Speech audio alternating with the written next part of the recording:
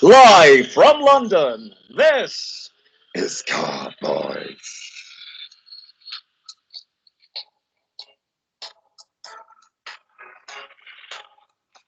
There we go, brand new music. Welcome, welcome. Straight out of southwest London, a bad mother called Richard Green. You can tell I've been listening to too much NWA. We're back on the airwaves again, filling your craniums with knowledge, and we trawl the internet for the only radio station that could really do with some pictures. It's the world's #1 podcast, according to adults aged between 18 and 82 who've only ever listened to our show. It is Car-Boyz. I'm just going to turn down. Okay, thanks, guys. We might need you. That's my live hip hop band. Called the Empires, who perform live and royalty free. Now, this week on Car-Boyz, my co-host Simon will be tackling our classic car selection. We've also and he's going to be proving that a classic car doesn't have to act like it needs tennis chucking into a barbecue. By that I mean it's not going to break down every 2 minutes. Although I think this week's car he might prove otherwise. That remains to be seen.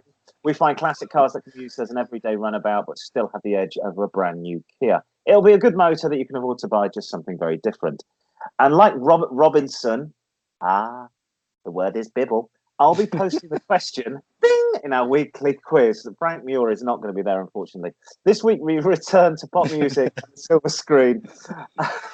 Only person that's going to get that is I'm over about 65. You know, when did Robert Robinson die? About 15 years ago. And I don't think televisions since 1986. Now, this week in our quiz, we return to pop music and the silver screen. You can name the movie that the song featured in. So it's a tough one.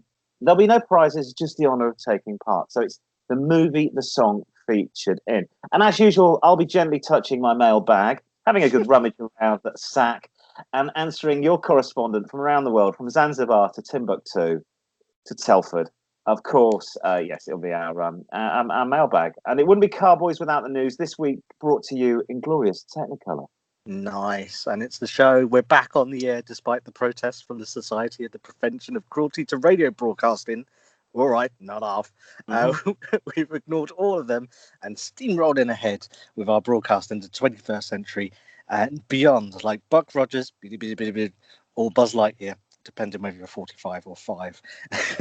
I'm in charge of the classic car section this week, and it's going to be an absolute gem. It's going to be an Italian executive saloon styled by Pininfarina. Oh, well, I've brought my toolkit. I think I might need that. Also, we have a brand new mini feature called My Dad Used to Have One of Those, where we look at cars from days gone by and reminiscing through rose-tinted spectacles about how great the cars were. Probably they were tat. But back then, when you were a kid, your dad drove like an F1 car. I'm Simon Sujuan, and I'm all about keeping it street, keeping it real. I'm from the hood. You get me, bruv? Nash reflect in it. And I'm Richard Green. Here, ondas, muchacho. Avien timiro. Si mi tras bronco, mi loco de tiro. And this is Car-Boyz. It's Car-Boyz.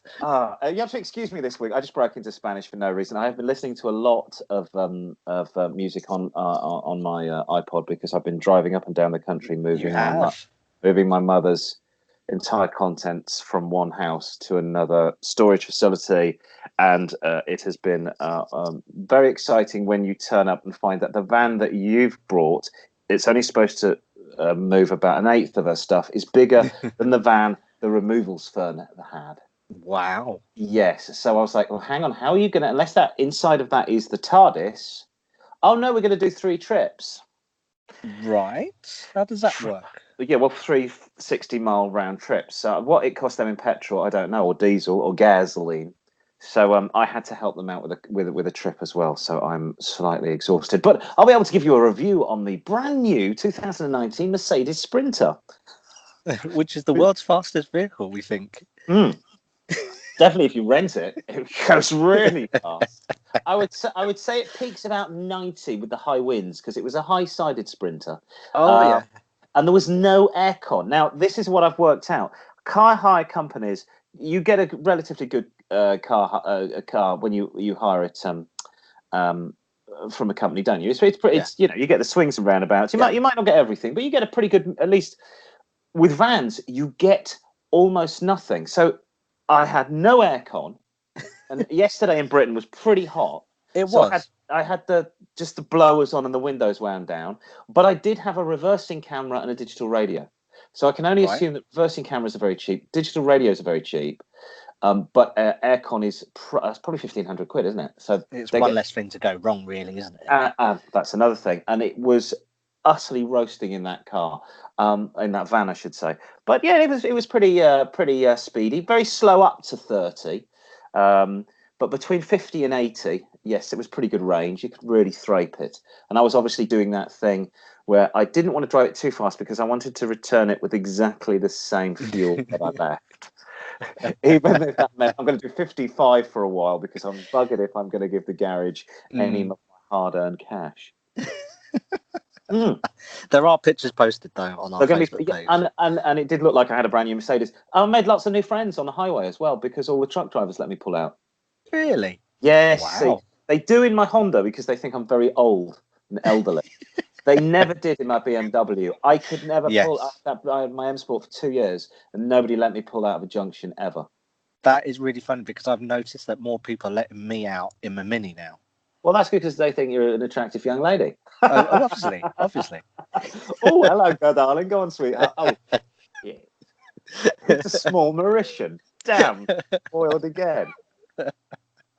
Oh dear. I think that's the thing. Yeah, but we're going to do the news in a second. But first, and I know you're going to be the quiz master. I'm going to be the quiz master in Car-Boyz this week. Yeah. I've got another question for you right now. Forget electric cars. What I want to know, and I'm going to pick your brain here, it might not take a long time, but I am, is when are we going to see some hydrogen-powered cars on the streets? Now, I was looking at something the other day. Now, there's two types of hydrogen-powered cars. Now, there's one which uses a hydrogen cell to convert hydrogen to electric, which just sounds pretty good. But the other, which sounds even better to me, uses hydrogen to power almost any standard car. You can get a little conversion kit that can turn, you know the ones that they can turn hydrogen, they can use any sort of gas. Gas-powered cars, you see, gas-powered cars was a big thing maybe 15 years ago in the UK. You notice the ones because they got the little cap by the petrol cap. Sorry, go on. I was going to say, what they did was they took out the spare wheel and they put the tank where the spare wheel recess was in the car. Oh. That's how they did it.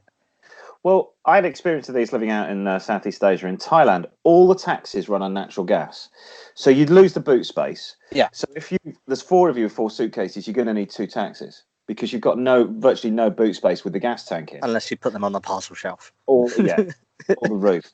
But you can also keep the petrol tank, and you can run gas or diesel when required when you can't get hold of I'm assuming it's natural gas. Hydrogen could easily replace this. Hydrogen is everywhere. The only thing that it comes out of the sea is H. There you go. Well, there we go. That's where we get H2O from. Yeah. The harmful emissions are water. That's it, and a bit of steam. And they don't rely on renewables because there's an infinite supply, a never-ending supply of water within the Earth's atmosphere. So it's just water. It's the hydrogen from the water, which we turn back into. I think how it works is it splits the hydrogen and oxygen atoms from the water, so the byproduct is just like bits of water that drains off. But I think the only reason why they aren't doing it is because it can be quite volatile. So obviously, if you crash into a vehicle that's powered by hydrogen, I think that might be one of the reasons why not. This is what they're telling. This is what they're telling you at the moment, anyway. Yeah. Oh, I was more going down the road of military-industrial complex. And the fact that we have an oil-powered economy. Yeah. Okay. But we'll do some research. I think if you can get one of those, well, because you can, the military have bulletproof petrol tanks and diesel tanks, so a bullet can pass through it and it won't ignite it, or a piece of shrapnel. The technology's there because if you think of a Formula One fuel tank, if it crashes, it seals itself. There you go. Okay, why don't we have that in the car? Even better an analogy than mine. They're Formula One. There'll be more Formula One. See, right now I need to. Now you see. Now you've put me off, and I haven't got my car music ready to. Lots of stuff on the show coming up. So I'm just filling here. Phil for England. Me and Rich are radio people, so we have learnt the art of filling in. So what we're going to do later on, we've got the quiz, we've got the mailbag, we've got the classic car section, all coming up in the show. But hopefully now it's time for the car news. Stand by.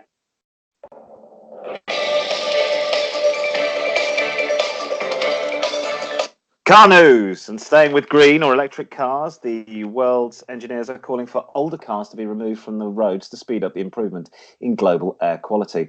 So says Vista, which is a terrible name for an organisation. Sounds like more the lovemaking of a beautiful gay couple.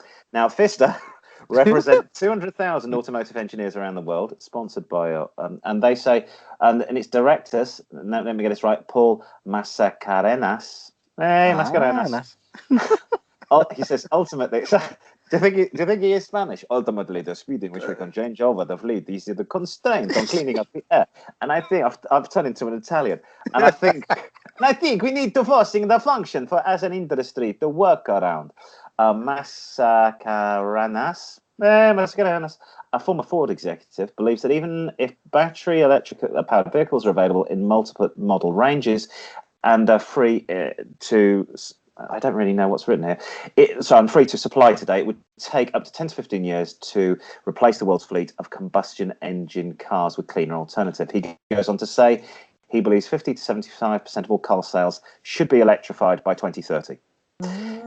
Never going to happen. But what I've just said about hydrogen is would not be productive for the car industry because you don't need to make any new cars. I'm wondering whether this is a smoke and mirrors thing. If I could run my petrol car on love, then that wouldn't be environmentally damaging because creating wind farms and solar power is environmentally damaging because it takes energy to create it, even though it would be great renewable energy. Well, if we've worked out a process where we can take hydrogen out of seawater and out of water generally and stick it into cars and run standard cars which don't need any modification and have no pollution on a local level, no greenhouse gases, surely that's the way to go. I'm not really sure about electric cars. I don't know. I remember that you have to be of a certain age for this. There was a program here called Tomorrow's World, and I'm pretty sure they were showing that sort of technology on that program. Yeah, and probably on early Top Gear in about 1986 with William Willard. And wasn't it the drummer out of? There was a Britpop band. Who's the Britpop band we went to see in London? Supergrass. Yeah. Supergrass's drummer, Danny Goff. His dad, isn't his dad a top? Chris Goffey, Chris Goffey. Yeah. He did an episode in the mid-'80s complaining about an Austin Montego that had a slightly raised boot lid, so it was difficult to get your shopping in. And then I knew this program wasn't for me until they reinvented it in the early noughties. Yes, and he had a big beard as well. He had a big beard, looked like bloody, Harold Shipman. Anyway, moving on. In other car news, Maserati has released a new car that no one was expecting, or pretty much no one even cared about, because it's an SUV, and SUVs are all the range at the moment. Keeping up with Bentley, Mercedes, and Porsche, the Italian automotive designer has created a new state-of-the-art Maserati with a Ferrari-derived V8 engine. It's coming in at just over £55,000, and it's called the Levante Truffio. Magnifico. Avante. Magnifico. In a nutshell, this is the maddest, baddest, and fastest Maserati SUT a sum of money can buy. So, what have we got? Well, it's in its very simplest terms, it's a manufacturer's slightly underdone Levante with a Ferrari engine crammed under the bonnet. In fact, it's something that's something of a Fiat Group team effort. We're going to talk about later on, because the Prons and Horses V8 motor is mated to a version of Alfa's Q4 front drive transmission, so no doubt it'll probably fall apart. However, Maserati has been able to put this down, its own stamp on these bits, creating what promises to be one of the quickest 4x4s by far. The result is a healthy 574 bhp at 6,250 rpm with 538 newton pounds foot of torque, all available between 2,500 and 5,000 rpm. It looks quite mean. Oh, yes. It does look pretty beefy. I'm not sure what its credentials are as a off-roader are, but it's a sports utility vehicle. Do you think it's going to be any good? Well, it'll probably depreciate faster than Usain Bolt as soon as it leaves the forecourt. So, I don't think it's too cheap. It's for a Maserati, yeah. £55,000. The Quadriporte was about 75, and the Quadriporte had the build quality of a packet of Smarties. I mean, it's awful. Have you ever sat in a Quadriporte? No. I was expecting there's a lot of leather, but a lot of technology from the 90s. Clocks in weird. Yeah, it's really weird. It's really strange. You go, the engine's beautiful, the body's beautiful, the interior's pants. The interior feels like a 25-year-old car, and it's maybe a 2007, 2008. Wow. If it's like a Smarties, does that mean if you open up the bonnet, there's a letter underneath it? Like Smarties I forgot about that. And it's very colourful. You eat too many, and drive it too much, it'll make you sick. Yes. I think it's too cheap. I think it's far too cheap. I think that I'm like, something. Plus, I mean, I know the Fiat Group are in bed with Audi now, aren't they? Is that correct? I think so, yes. The Q4 engine is Alfa Q4, four-wheel drive transmission. Isn't that from Audi? I think so, yes. Okay. Yes. That sounds about right. The Ferrari engine sounds good, or does it? It's a Ferrari engine. You go, 3,000 miles before that breaks? They're not like how they used to be. Not what, at you all. think that you think they're better quality, worse quality? No, I think they're worse quality. Well, you're looking at a car that's going to need a service every 3,000 miles with a Ferrari, aren't you? At least. Yeah. I don't know. I think it sounds too cheap. Right, well, moving away from Italy into Japanese German car news. Ooh. And BMW have said they're not ruling out creating a mid-engine version of their version of the Toyota Supra. Hang on, it's getting confusing now. The Japanese car maker decided to leave the building of the car in a pair of safe hands. The car is manufactured in Austria by BMW's BMW, but the M division boss was called Markus Flasch, who's in charge. He saved every one of us. Who's in charge of the Toyota production, says he may consider a hot version of the car in the future with a 503 brake horsepower engine earmarked for the M3 and M4 to be installed in a future GR Supra. Herr Flasch says, "We have certainly made no offer to supply the engine to Toyota, and no request has been made as far as I know. But it is an interesting idea. If unlikely for now, it would be a lot for us to give away. You might say, but I'd never say never." German, they're crazy guys. Now, I just don't understand. I do not understand. I mean, obviously, there must be on paper some reason to do this, but it's in all intents and purposes, it's an homage to the original, to the Mark II Supra, which I think is a beautiful looking car. It really is an homage to that. Everything in it is BMW. So it's an M3. Or it's at least an M Sport. Made in Austria. And have you noticed I don't know, most BMWs come out of Munich. The BMWs that they don't like and that are crappy come out of Austria. The X3, is it the X3, which was made of plastic, was manufactured in Austria. So it's, unless you're coming out of Munich, they don't really care. To me, it's not the reason for owning Japanese cars is their uniqueness and the fact that they're not full of Ford parts bin or BMW parts bin.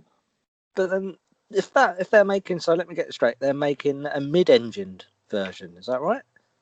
Or he said they might make a mid-engine version. So then, does that mean that they'll turn that into like an MR2 version for Toyota? Oh, okay. So it'll be like yes, it will be like. So they're not actually competing at all. It's the same car. It's like like the Fiat, the little Fiat Roadster thing, which is just basically an MX-5. They're all just the same vehicle. Yes, everybody's driving the same car. Is this globalism? I remember the Ford Mondeo platform was in about 12 cars. Yeah. From Mazda to, and I always used to laugh about people buying Volvos, going, "How is your Ford?"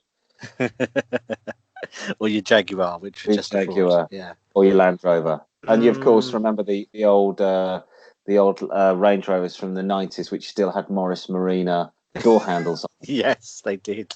Which I think also went into the Morris 1800. They were everywhere. I think the days of the small bespoke car manufacturer, apart from people like Morgan, he's gone. Unless your car's made of wood. Unless it's made of ash. And finally, we're going to do some sports news from our sports centre. There's problems facing the track at British Racing Circuit, Silverstone. So if you listen to this anytime now, the British Grand Prix is this weekend. Or the weekend just gone, depending on when you've listened to it. But last year, Silverstone was resurfaced for the first time in more than 20 years, leaving many F1 drivers critical of the bumps at the British Grand Prix. It's Britain. It's like speed bumps. That's all they've done to it. Then the MotoGP in August, torrential rain left giant puddles of standing water that made the track unrideable. Disastrously, the race was cancelled, leaving 50,000 soggy spectators horrified at what was going on. The only option was to resurface the track, and this time get it right. Road manufacturer Tarmac was put in charge, so they obviously know how to build roads and things like that. Okay, then, mate. The new surface will be used in anger for the first time at the British Grand Prix this weekend.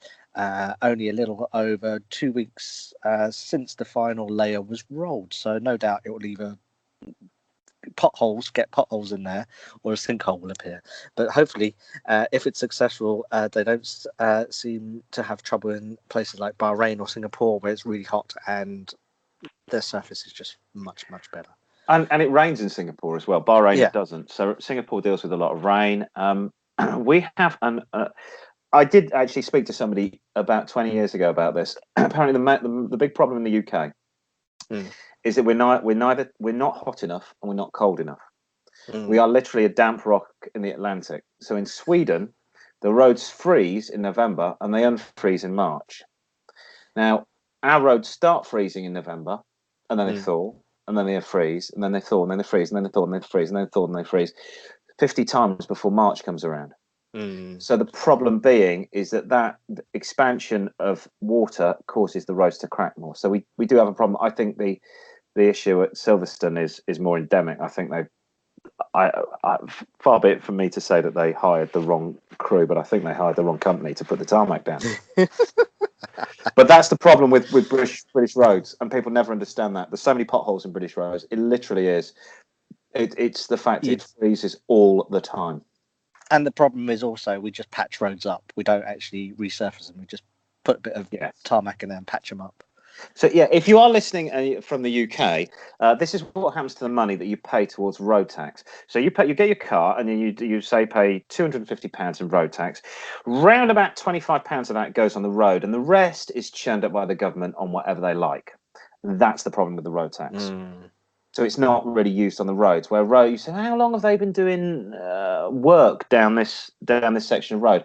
They could probably do it in 2 hours, but I've seen them work in central London overnight, and it's just amazing. I remember them doing Finsbury Park. Where there's a gyratory round where the Rainbow used to be, which now I think church. It's it's a church. Yeah, you're right. It's amazing that people like Bowie played on there and Deep Purple at the Rainbow in Finsbury, and now they're up talking about Jesus and jumping up and down like in a Blues Brothers movie with James Brown. But round there, I remember them resurfacing that road at night, and it was probably about 40 guys working on it, massive crew, because you cannot block that road off. You block that road off, you're not getting in and out of North London because it's a major artery. Yes, so there we go. That's the news. Right, new feature. Yes. My dad used to have one of those. Now, whether you're born before World War II or have early memories of an Austin 7, or you're a snowflake millennium and grew up with a chip on your shoulder and an all singing and all dancing people carrier, we all have cars that give us fond memories of times gone past. Vomiting in the back seat, trying to steal it for the weekend, possibly when your parents are away.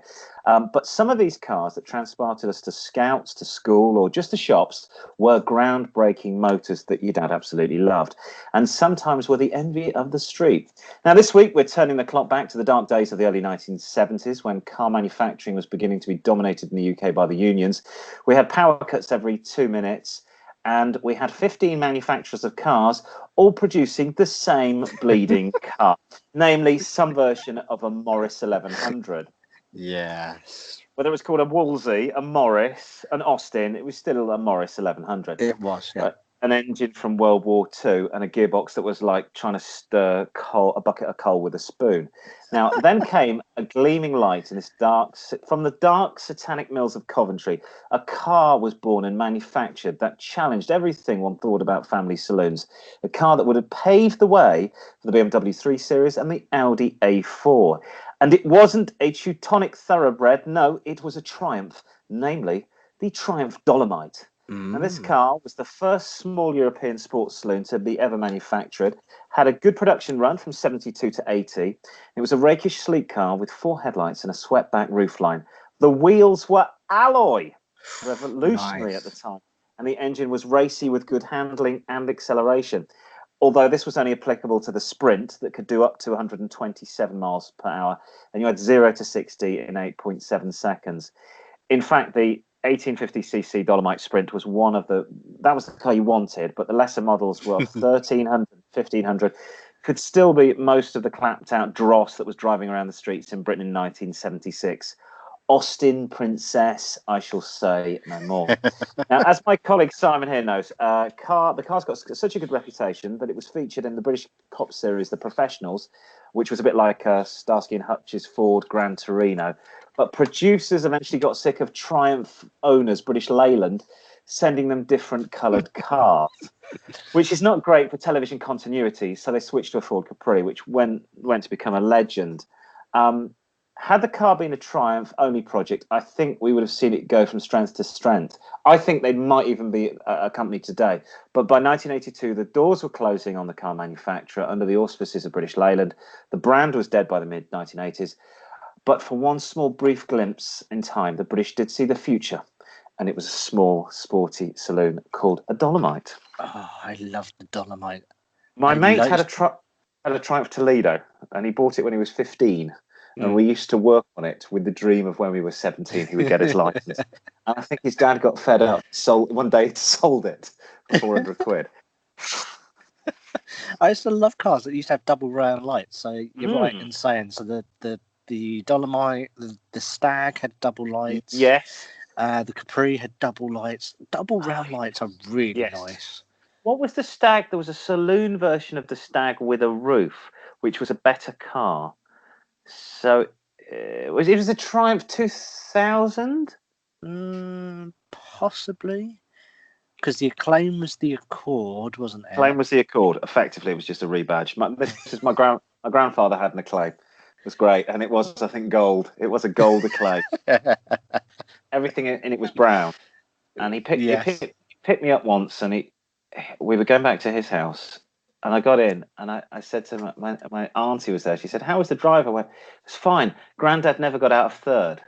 So he put it in third, and we started off. And then we're doing 70 on the motorway, still in third. You might want to.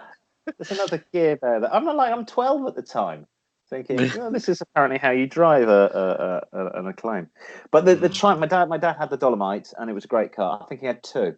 He had a blue one and I think yellow one, a mustard yellow.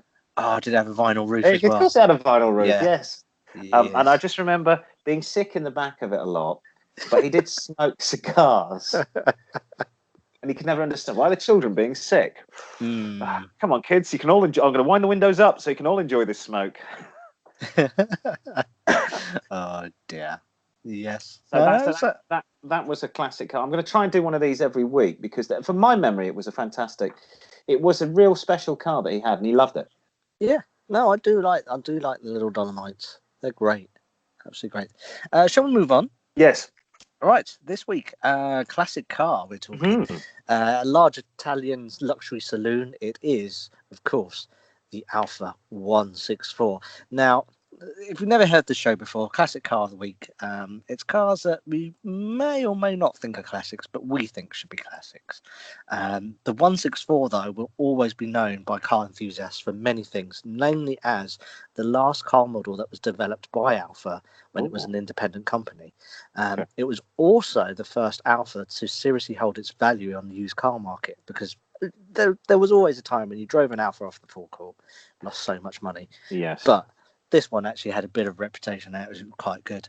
But that was some time ago, and the 164s are positioned firmly in the bargain basement section of the car showrooms at the moment. So the 164 was launched in October 88 as a roomy four-door executive saloon and was based on the Type 4 platform, which, if you didn't know, spawned three other cars, which was the Lancia Thema, the Fiat Chroma, and the Saab 9000. Oh, okay. All right. Yeah, they all developed on this. It sort of went down and then went up at the end in terms of rust. Well, I'll come to that in a minute. Okay. It was initially offered in just the 3-litre V6 engine in two trim choices, the standard or the Lusso model. The automatic transmission was available from 1989, and in 1990 they introduced an entry-level 2-litre twin-spark engine, which is a glorious engine. Was it chrome? Yes, all the little manifolds on the top of chrome. A 200 bhp flagship Cloverleaf version, the V6 version, was launched in December 1990. It had a second generation car in 1993. The 164 arrived with new, brighter, slimmer headlamps, bigger bumpers, and a classier, less fussy dashboard. More importantly, a 24-valve version of the 3-litre V6 was introduced, and that produced something like 200 bhp in Superform, or the 230 bhp version of the Cloverleaf. That's the one with the little Cloverleaf badge on the back. Yes. On the boot. The car was gradually phased out during 1997 and eventually replaced by the new 166, which was the car we were thinking about off air. And that was in 1998. Now, compared to some of its rivals from Mercedes and BMW, it was actually a lot quicker. The Twin Spark had 150 bhp and could top 126 miles an hour. Though obviously being front-wheel drive, it was a pig for torque steer, especially on the 3-litre V6, which you saw yourself going in a different direction to where you actually wanted to go under hard acceleration. It was also quite advanced for an Alfa. The 164 featured 3 onboard computers, so they were for the engine management system, the air conditioning, and one for the instrumentation. Equipment levels were extremely high, including velour or leather seats, as well as a 510-litre boot, which was massive. Due to these features and performance capabilities, the Alfa was the most popular of the Type 4 cars. Pininfarina starred the body, and it still looks pretty good today. I posted a picture on Facebook earlier, so you can have a look. Pre-or facelifted models also look pretty great. The later models' improvements were worthwhile, lifting the car into equivalent BMW or Mercedes territory. And for a front-wheel drive car, it was also pretty good at handling too. Though being an Alfa, it's never perfect. The V6 engine can misfire under heavy acceleration due to faulty engine management, because it's Italian, and the cooling system can leak at the water pump. What are you saying? Bottom radiator hose joint. Tyre wear was also particularly heavy, and clutch wear on the V6 models, which were pretty heavy at the front of the car, so that's why. And you'd expect to replace the clutch every 60,000 miles. The gearboxes were pretty good when they were working, but the linkage was known to break down, which left some cars stuck in third gear. So beware. Check all the gadgets. My granddad would have liked that. Yes. That would have suited him perfectly. It would have worked like a CVT gearbox. It's a shame he's dead, because he would love that. Well, like that. Never gets out of third. Check all the gadgets, particularly the aircon and those with electric seats. If you think about replacement parts, they're pretty reasonable. Based on a 92 twin spark, clutch assembly would be around £150, so not too bad. Starter motor will be 250, and a replacement headlamp will cost you about £125. Though being Italian, it suffered from poor electrics. So again, have your mechanic check it out. Don't expect too much rust, because as we were saying earlier on, this Alfa actually benefited from having galvanized steel on the body panels. So it didn't rust that bad by comparison of some of the cars of those times. I went online today and had a look, and I found a 91 plate H-Reg 3-litre Lusso with 2 owners, which had just over a smidge under 90,000 miles in silver, and you could pick that up for 6,995. However, there was a 93 K plate Super Lusso with the 3-litre 24-valve V6 engine up in Nottingham, with 105,000 miles, and you could pick that up for you could pick that up for a mere 1995. Oh, very, very good. So just under £2,000 for a mint motor. So this is why I think the Alfa 164 should be included in our classic car Hall of Fame. So I think you're right. A couple of things. It's called the Quadrifoglio. Yes, it's the that's four-leaf right. clover, which sounds like a pizza. We'll have a garlic bread and 2 quadrifolios, please. But apparently, Alfa put it on there for good luck when they were racing. Oh, okay. I didn't know that. So it did. Neither did I until I'd looked it up on Wikipedia. But obviously, it's turned into like BMW's M badge or the AMG for Mercedes. I love your passion for it. I've looked at the car. I think it's. I have a passion for mid-90s Peugeots. You know, the 405s. Yes. Yeah. Amazing cars to drive, front-wheel drive, and I like. The only thing I'll say about the rust. This is my experience with an Italian car. Yeah. When they galvanised a lot of them, they just galvanised the outside. So my Fiat Panda wasn't galvanised, and it rusted from the bottom up. My cousin had it. Stupidly, the family decided to buy another Fiat Panda, a H-Reg. Oh, don't worry, it's galvanised. Yeah, it's galvanised on the outside, not on the inside. So it just rusted from the inside out. Yes. So I'll just say about galvanisation that it's not all singing or dancing. But I think if you had that car, you drove it as a weekend car, you kept it in a nice garage, you didn't use it as a daily drive, because I don't think it's a daily drive. I think you're onto a winner there, because I think it's a good looking car. I'd get a beta car for Monday to Friday, get a Japanese box, and the experience of the weekend of taking something like that out.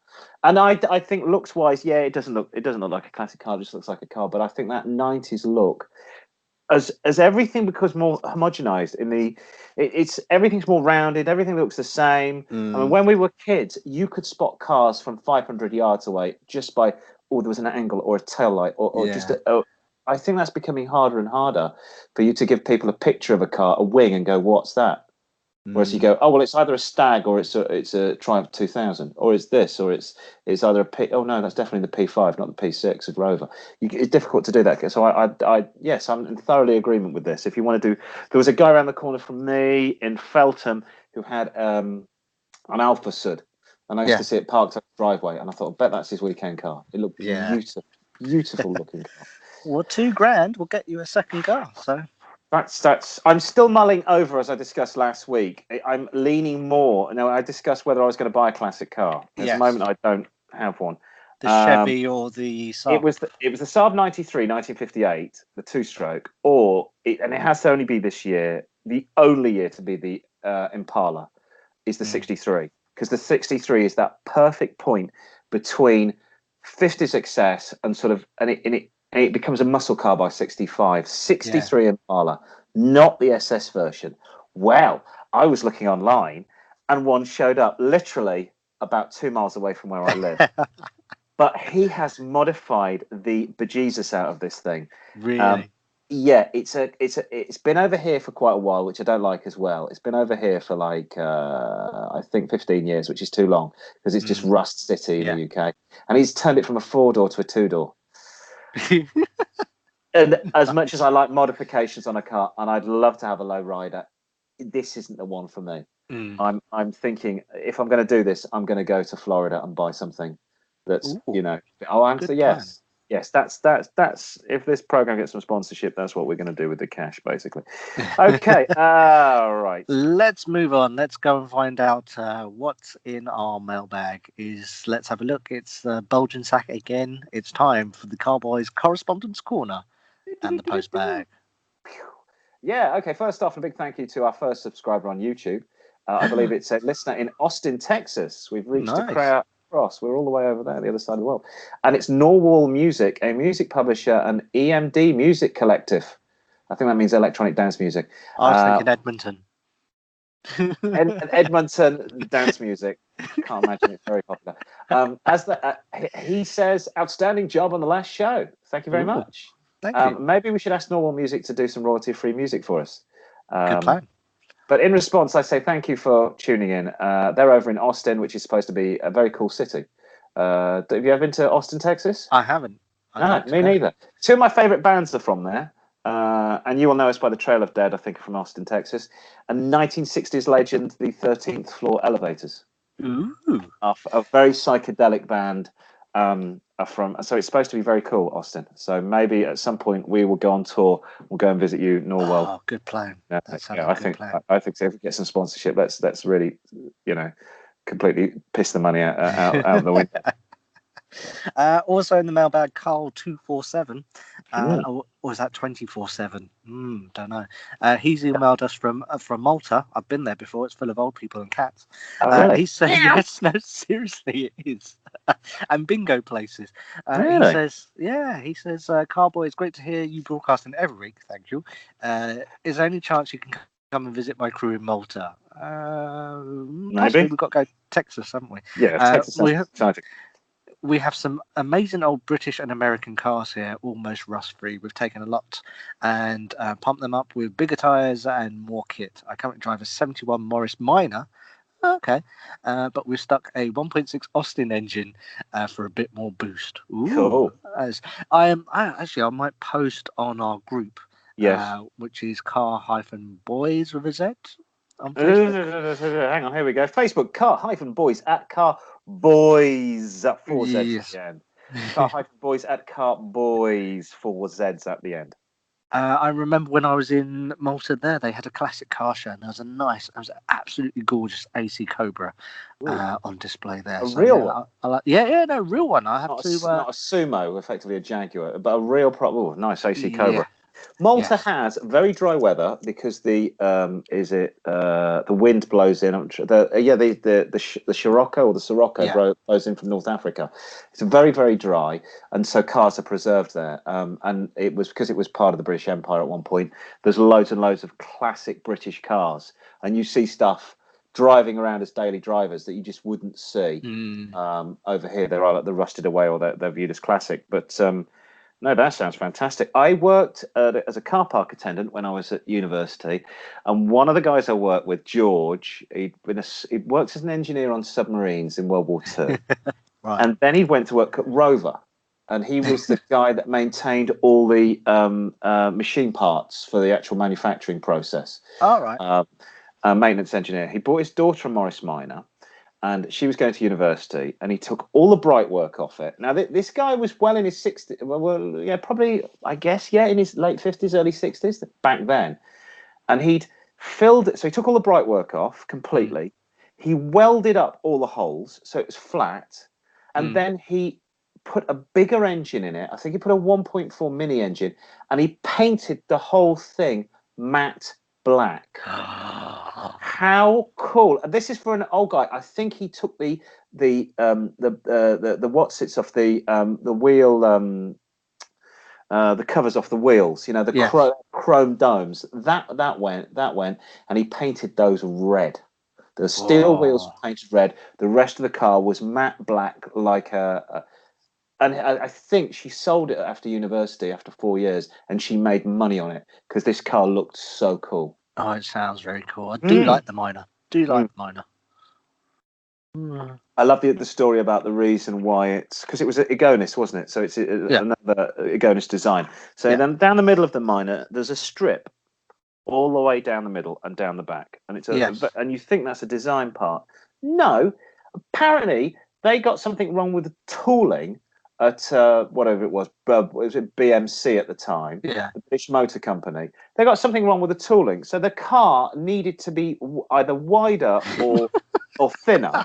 So they just put that strip in for 20 years. Not actually. Well, let's go back to the drawing board and redo the machining. No, we've just messed up. I think the car was supposed to be thinner, and they went, no, it needs to be wider. We'll just put this strip in.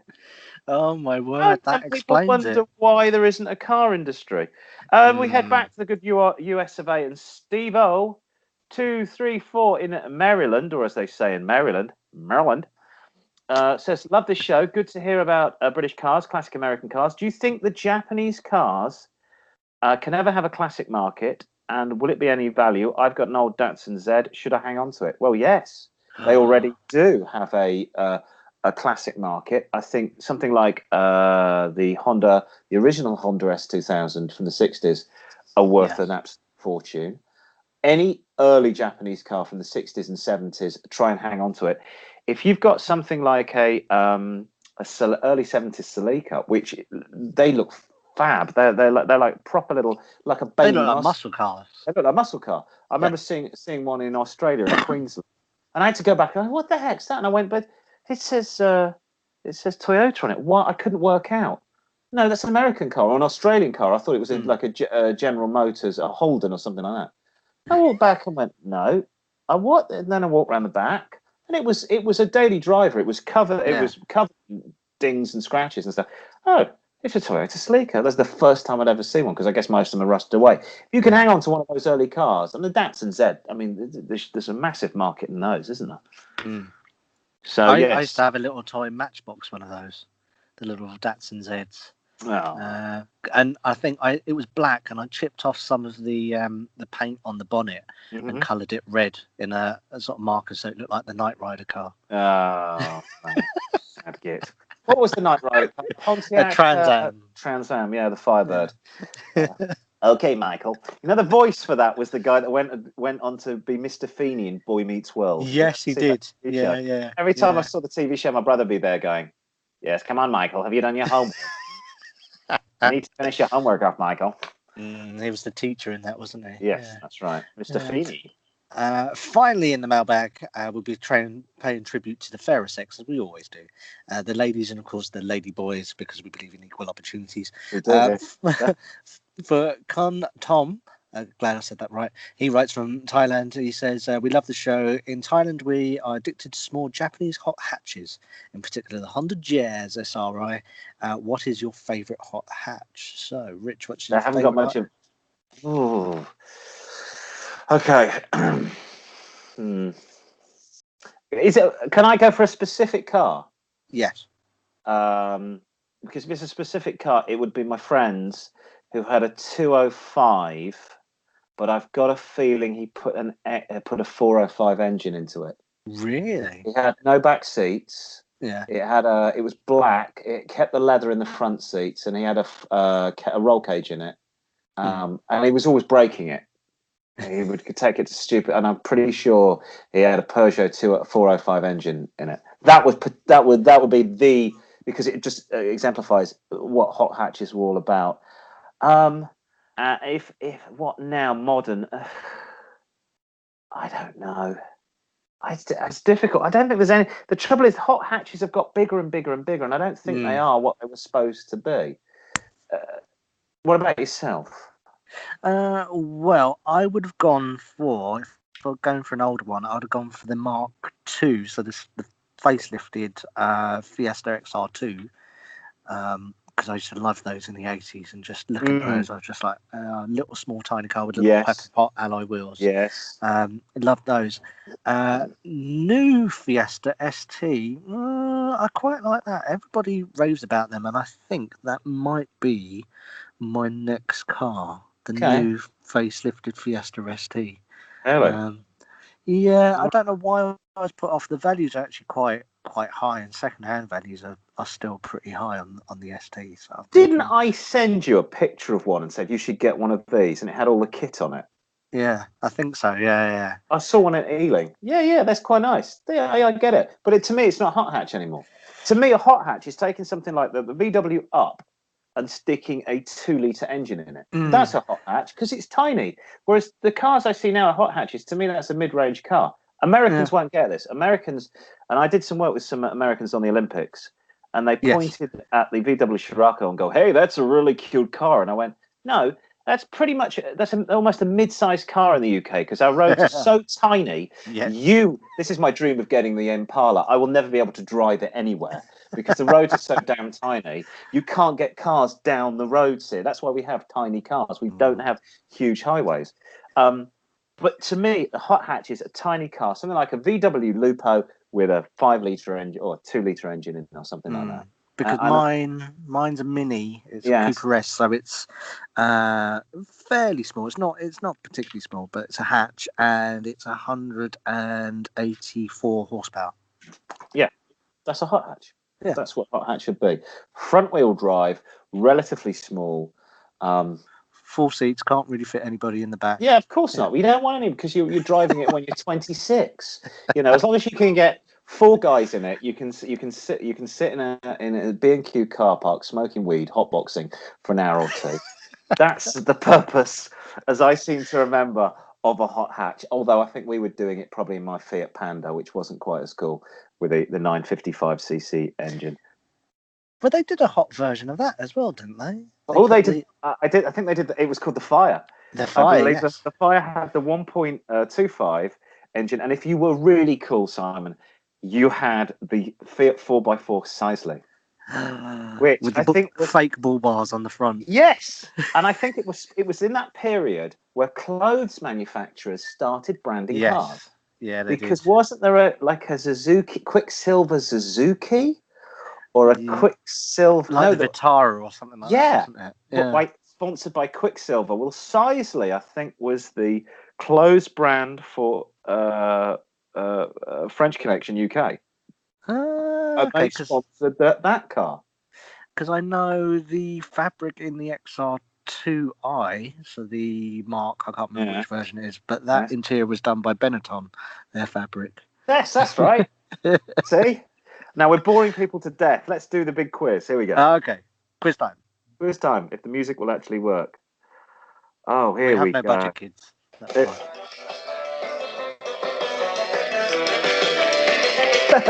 Thank you.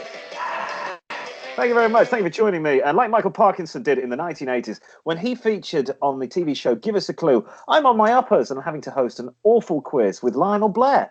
This week, the role of Lionel Blair is being played by my co-host Simon. Give us a twirl, Simon. Now, do you remember the song Music Was My First Love? And it will be my last. The music of the future and the music of the past. So sang John Miles in his 1976 hit Music, which was a pile of crap. But what it did get right in Music Can Be a Film Score of Our Lives. Well done, John. It can also be a film score in actuality. So this week's quiz is which movie do these songs feature? The movie could be about cars or vice versa. The song itself. I shall be keeping score. And I've just worked out I'm missing a page. Okay, this could be interesting. I'm missing my quiz page. I've got the first two. Hang on a second. Now, it's slightly concerning here. It'll either have to be memory or me reopening a file. Okay, let's have a see. I'm hoping I haven't.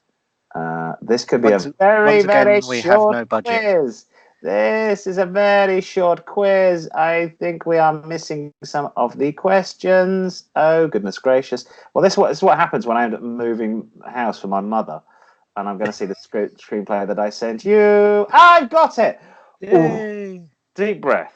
I was on the wrong script. Okay, here we go.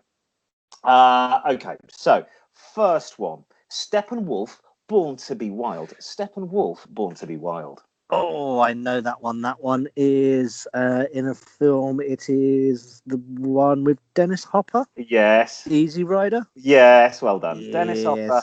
I think directed by Dennis Hopper and featuring Fonda as well. Not Henry Fonda. Peter Fonda. And the girl that sang Mickey. You know about Tony Basil? Tony Basil. Yeah. Tony Basil's in it. Oh, okay. I know. You were thinking, Tony Basil was nearly 40 when she did Mickey. She looks damn hot in Easy Rider. They go into this New Orleans graveyard and they're doing LSD, and Jack Nicholson's in it. Great movie. Okay, here you go. Grease Lightning. Grease Lightning. Grease Lightning. Grease Lightning. Oh, Grease Lightning. Which movie is it from? Which movie is it from? I'm guessing it would be Grease. Yes, well done. Of course, the movie Grease. John Travolta. As sung by a definitely not gay John Travolta in the film Grease. And I have had to, one of my wife's favourite movies. I've had to suffer that many times. Now, thankfully, I've got a daughter. They can suffer it together. Yeah. Okay, this one's a bit more difficult, getting more difficult now. Lalo Schifrin, Shifting Gears. Ooh. Do you want a clue? Yes, please. Okay, so Lalo Schifrin did a lot of film scores in the 1970s. All the Dirty Harry movies were Lalo Schifrin, and I think Enter the Dragon was Lalo Schifrin. So late 60s, early 70s, I've maybe given you a clue. Shifting Gears. Shifting Gears. I don't know. It's probably something... no, I was going to say Christine, which is a Stephen King thing. No, think earlier. I'll give you another clue. Steve McQueen. Okay. Bullet. There you go, Bullet. Yeah, Bullet. Lalo Schifrin. Great soundtrack. Of course. Great soundtrack. Okay, moving on. Question 4. So we're so far you've got 3 right. Question 4. The Self-Preservation Society. Music by Quincy Jones. Was it Quincy Jones that did the music to that? Yes. Self-Preservation. That would be. Is that not Italian Job? Yes. Well done. The Italian Job so far. Complete score. Moving on to number 5. I was trying to work this out whether this was Bernard Herrmann or Herman Birdman, but it is Bernard Herrmann, Cleaning the Cab. Bernard Herrmann, Cleaning the Cab. Do I get a clue? No, I've given you a clue. I'm afraid I'm going to have to take your first answer. Otherwise, this will look like it's fixed. Okay. Yeah. No, pass. No, I don't. Cleaning the cab would be the guy would clean a cab would be a taxi driver. Okay. It's the jazz. It's the score all the way through. Taxi Driver is by Bernard Herrmann. You're never going to get this one. We'll try it. Maria McKee, Show Me Heaven. Show me heaven. Yeah, song. Which was, what year was that? That was 1891, 80? Yes. 90? Think Ridley Scott's brother. There you go.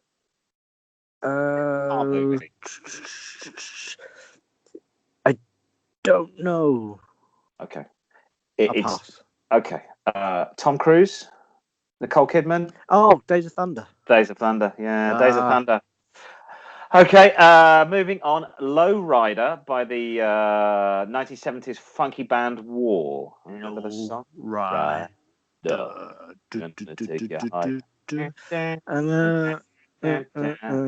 is a bit of a difficult one. I'll just say marijuana. There's a clue. Marijuana. I don't know, because I can remember it was in A Knight's Tale, but that had no cars and they were jousting. That's when it was. Was there a lot of marijuana in Knight's Tale? No, pass. Gotta go with. Oh, that's right. Can we phone out for some mead? Pass. I don't know. Cheech and Chong Up in Smoke. Cheech turns up in the lowrider with I think it is an Impala with a chain link steering wheel. They got in the car. You Dave, man. Where's Dave? Okay, number question 8. This is quite hard. Promised Land, Elvis Presley. It's quite a funky 70s Elvis Presley number. But think 90s. Think 90s. I'm trying to think of the Elvis track and what it would have been on. It wouldn't be not Pulp Fiction.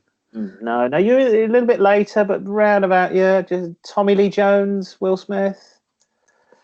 Men in Black. Yeah, Men in Black. Well done. Okay. I'll give you that one. Okay, no clue for the next one though. Okay. Looking Out My Back Door, Creedence Clearwater Revival. Creedence Clearwater Revival.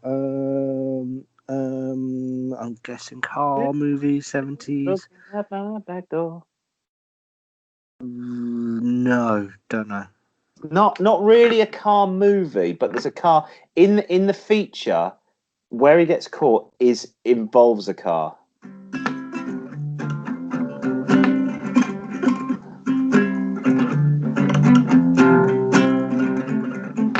About Jeff Bridges?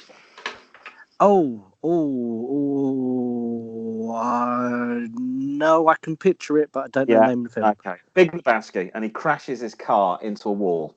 That was a bit. I'm going to give. Yeah, that was a bit hard. Okay, the mess around. Ray Charles, which we used in another life on a radio show we did.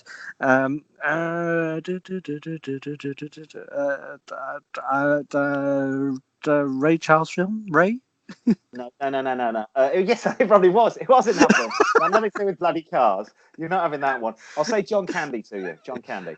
Not Uncle Buck, is it? No, damn, no, I can't give you Planes, Trains and Automobiles. And he's smoking a cigarette, pretending to play the piano on the dashboard. Yes, and then he nearly crashes the car. And Steve Martin is asleep in the passenger seat. Yes. And he wonders what's going on. What's going on? He's done nothing. And he's like, white. I did that once driving down the M40, where there's a corner on the M40 which goes on forever. And everybody was asleep in the car. And my wife woke up just after I'd taken this corner. And she's like, "Are you all right?" And I think I was sweating like, "I'm fine. I took the corner far too fast." I was sweating. Sweat was pouring off me. I love Planes, Trains and Automobiles. One of my favourite films. Great movie. Okay, next one you're going to get, Bohemian Rhapsody, Queen. Oh, Wayne's World at the beginning. Yes. You don't like that, do you? No? What's that? I don't like the car. The car is bloody awful. Yeah. Okay, this one is this is a real modern film, but I don't think you can get it. John Spencer, Blues Explosion, Bell Bottoms. John Spencer, Blues Explosion, Bell Bottoms. Proper car film. Don't know. Baby Driver. Okay. I've not seen that. To the beginning. Good film. You'd like it. I was really against it because it's a bit of features a millennial, but it's a very good film. Very entertaining film. Jamie Foxx is in it. And Kevin Spacey, who apparently we're supposed to hate. Yes. As I said before, I think on this podcast, if he wants to touch my knob and he gives me a Rolex, that's fine. I can make a living out of touching my knob for the price of a Rolex. Right, moving swiftly on. Voodoo Child, Jimi Hendrix. Oh, Film made in the 80s, set in the early 1970s, which is why this scene doesn't really work. Don't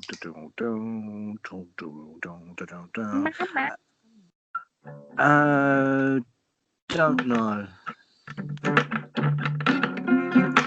With Nail and I?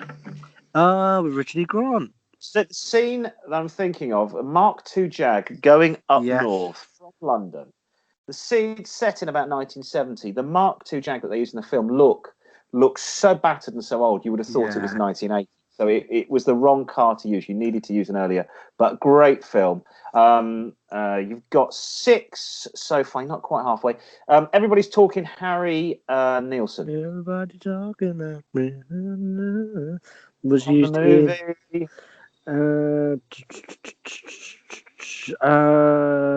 No, not going to get that. No, Midnight Cowboy with John Voight and Dustin Hoffman. Okay. Yeah. As they get onto the bus to Florida. That was the link I was thinking, the bus to Florida.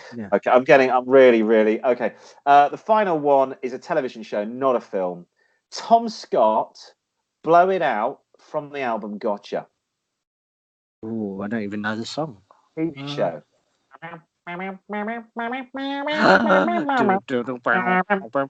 Starsky and Hutch. Yes, well done. There we go. I'm going to give you about half. I'm going to say you got 8 out of 15. That it was going. You could see I was running out of actual car-related movies towards the end of it. Okay. Have we discussed before we go, because we are at the end of our time, 20 miles an hour in central London? We've already done this, haven't we? We've done that a few weeks ago. Yes, we don't agree with it. I think it's just making money. It's a revenue raising. It's never going to work. Try and plus you've got the added thing of speed bumps. The speed bumps at 20 miles an hour. make you do 20 miles an hour. The traffic in central London makes you do 25 miles an hour. So what the point of it, I don't know. Write in if you have thoughts on that or anything, car-related questions. We'd love to hear from you. Love to hear all your stuff, what you're doing with cars everywhere in the world. You can email Car-Boyz at Car-Boyz with a Z at outlook.com. That's car-boys, Boyz with a Z at outlook.com. We'll endeavour to answer your questions, be they car related or not. Facebook page, check us out, car-boys at Car-Boyz, 4 Z's at the end. Car-Boys at Car-Boyz, 4 Z's at the end. Car-Boyz at Twitter as well, car-boys at car_boys. Boys. 1 Z. Boys. Please, yes, endeavour to join us. And I think that's about it from the show this week. Thank you very much for tuning in. Thank you for having us. Thank you. All I can say is, get lost and get alive. Goodbye.